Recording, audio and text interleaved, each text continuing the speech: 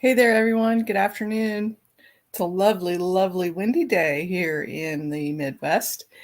And first off, while we're waiting for anybody that's going to pop in with us, wanted to give a quick update. I did get some information about my shoulders.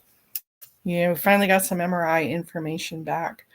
And unfortunately, there's some tears in the tendons for both my shoulders. So I'm not too sure what they're going to have to do about it.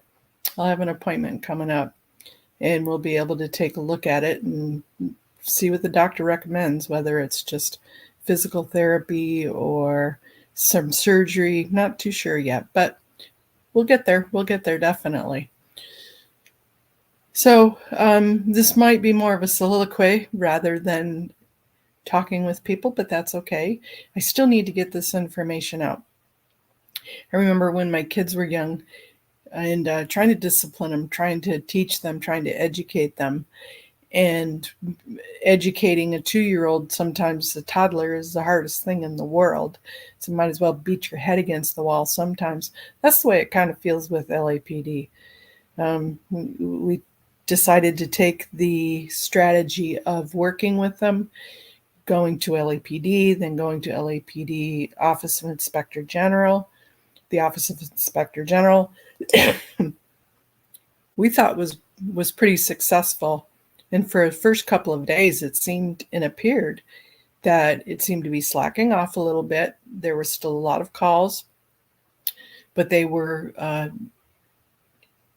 informed calls. They were coming out and taking a look and saying, yep, that's DOA. Yep, that's just Tory. And just taking it for what it is and knowing that it was just a false call. Excuse me. Well, obviously, the last couple of days have proven us wrong. The last couple of days has just been absolutely ridiculous. So I thought I'd use the acronym of the LAPD and do a little bit of Sesame Street education. One of these colors ain't like the other. One of these colors just isn't the same. Or, hey, let's pick A or B. You choose. You make a choice. You make a right choice. If you make a right choice, good for you. Pat on your head. If you make a wrong choice, you need to learn a lesson and you need to figure it out better. So I was really looking at LAPD and L. Let's look at L. So choice A, literal. Are you making literal decisions? I'm talking about the police officers first. When you're coming out on a call, when you receive that call, you have to take the call. That's a given. But you have the choice. You don't have to take the call and make an arrest. So are you literally looking at your information and your wisdom? Are you taking the literal call from the sergeants, the on-call sergeants that are saying, the desk sergeants that are saying this is what has to be done? Are you taking literal instructions from somebody other, like the Church of Scientology? Pretty amazing. Or are you lazy? So are you literal or are you lazy? You're just too lazy to look for yourself. Are you too lazy? I can't seem to think that LAPD are lazy. I just can't. I can't yell F you pigs. I can't yell you're horrible. To me, that is so negative. Having relatives, my brother's a federal police officer. I have many friends that are police and security, and I know how hard they work, and I know what they put up with. So to me, it's kind of hard to even think that. After I had a situation yesterday, it sure made me think twice. I almost pulled the Scotty. I had to really reel myself in and be a little more professional. Um, Maybe I'll tell you that a different time, a different story. So, are you literal or are you lazy? And let's move on to A. Are you anti-protest? Are you anti-protesters?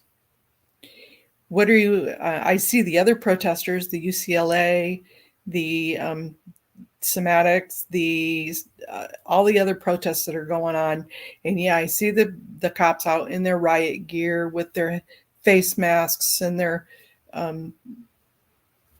flashbangs and everything that they, and the batons, the bullets, the rubber bullets. Yeah, that's all warranted. But come on, are you anti-protesters? For the protesters that happen to be barbecuing hot dogs and ribs and feeding the homeless, chalking the sidewalk, yelling. Yep, they yell. Using a megaphone. Yep, every once in a while they use a megaphone. Hanging signs up, putting signs up. What are they yelling? What are they yelling for? What are they protesting? They are protesting human trafficking, child abuse, adult abuse, elder abuse, laundering, money laundering, racketeering. You would think that you would be for the protesters being out there and giving a shit. You would think that they give a shit, enough. Boy, I'm all worked up now. To give a shit enough to say, stop it. You are not allowed. You are not allowed to treat people. You are not allowed to treat those little babies. You are not allowed to do that. And we're going to stand up against it. And we're going to say something. That's our right. That's a First Amendment right to be able to say something about an injustice. So are you anti-protesters? Or are you afraid? There's the other A word. Are you afraid? Are you afraid of the Church of Scientology? Are you afraid of what they're going to do? Come on, you're a cop. You're a cop. Are you afraid? Are you afraid of them not giving you any money? Are you afraid of them not voting for you? Are you afraid of them not joining your commissions and committees and neighborhood councils? Come on. Come on. Are you afraid? Are you afraid of your desk sergeant telling you that you're not within your rights, that you should have arrested somebody? Are you afraid? Come on. Anti-protester or afraid? Now let's look at the P word. LAP. You are, under your purview, is to be a part of the process to prosecute people that commit crimes or alleged crimes. Now, come on. Yesterday, watching the whole Jay deal where Jay from Denver was arrested. He was arrested for interrupting a religious service. Okay, he used a megaphone. I watched it. I was sitting there watching it. He used it for about 10 seconds. And then, oop, here it comes. So that's part of your purview, is to prosecute, to help be a part of the process of prosecution. What about interrupting a religious service warrants 3 cop cars? 3 cop cars, 2 officers each. Now, in my calculations that we put together, every single police vehicle that shows up is worth $1,200. $1,200. So right there, you had $3,600. And then when you handcuffed them for using a megaphone, come on. This is just absolutely ridiculous. Anti-protester. It's biased. It's so biased. So 3 police vehicles, $3,600.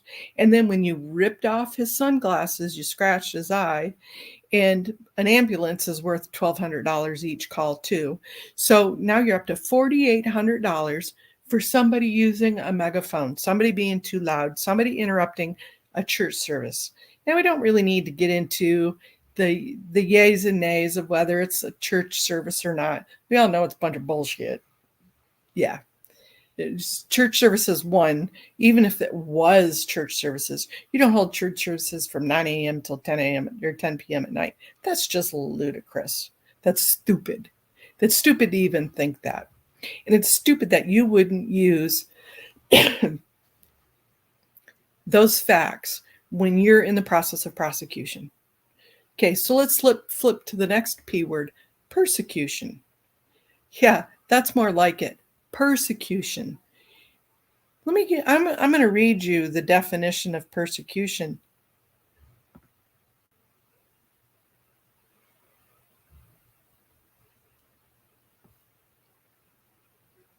You're going to like this. Okay, so prosecution, of course, is persecution is the systematic mistreatment of an individual or group by another individual or group.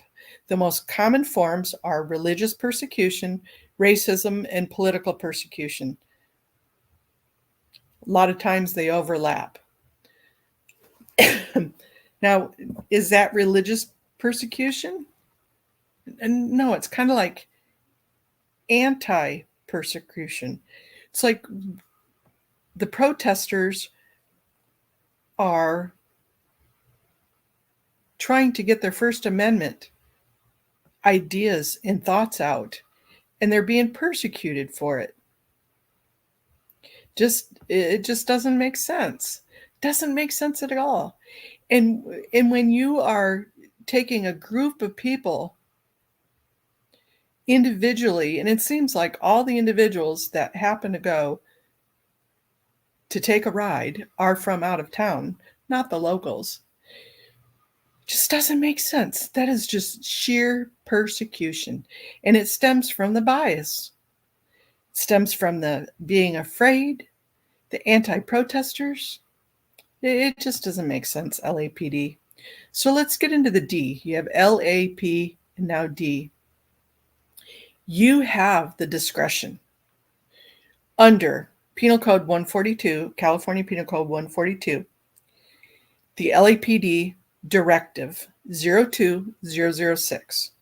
The officers have the discretion of whether or not they take that call, whether or not they take that PPA and implement it and arrest a person. You have that discretion. You have that wisdom. You certainly had the discretion the day before when Wendell Manning, the gentleman that was there that defecated on the lawn, I know that's not illegal, but it's pretty freaking gross, played with himself, pleasured himself in front of a minor. He had two different types of weapons. He had a machete and he had a curved blade. He had a warrant out for his arrest. And the person that he had assaulted happened to show up, identified him, and asked for a PPA. You refused his PPA. Go figure. Where was your discretion in that? And the whole time he was handcuffed, because you did handcuff him and search him and stand him to the vehicle, to the police car, he was screaming, "I'm not on parole and I'm not on probation. I want a sergeant. I'm not on parole. I'm not on probation. I want a sergeant."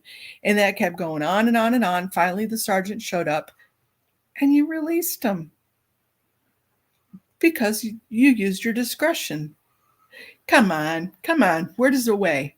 Where does that weigh towards somebody using a megaphone for 10 seconds to disturb a religious service that isn't really even a frickin' religious service? Where is your wisdom? Where is your discretion? How silly do you look? Yesterday, I stopped counting at 215,000 viewers amongst the streams. Yep, I counted them. All the different streams that were there, all the different views that were there. There was over 215,000 people that watched you totally not use your discretion. That comes with our last word, our last D word, discrimination. Yeah, that was complete discrimination. You are discriminating against a person violating their First Amendment rights. Pure and simple. Pure and simple. There is no way that this needed to happen. There's no way that guy needed to take a ride. There's no way you needed to not only take his glasses off, scratch his eye, then he had to have an ambulance, had to go. Let's take it a little bit even further. You took him to the ambulance. Now, guess what? 2 more police vehicles showed up because all of a sudden there was a chance there might be a weapon in his vehicle.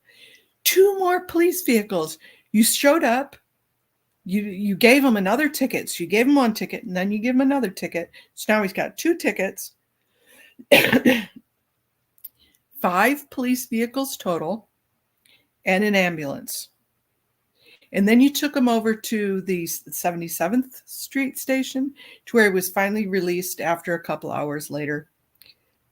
Come on, discrimination big time. So we had talked, we had went to the OIG. The OIG supposedly was trying to make some inroads, trying to make some level-headed decisions about the bias and the systemic issues of concern, but it doesn't look like anything's happening.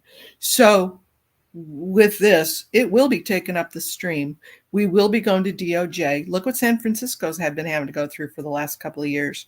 They've had to go through a huge change reform. Look for it. It's coming. It's coming to you. So LAPD, are you lazy or is it just literal? Are you anti-protester or afraid? Are you part of a prosecution team or a persecution team? And do you use any discernment, any decision making, or are you discriminatory? So that's my soapbox for the day, guys. And hopefully we'll get on to the next section. Thank you and have a nice night.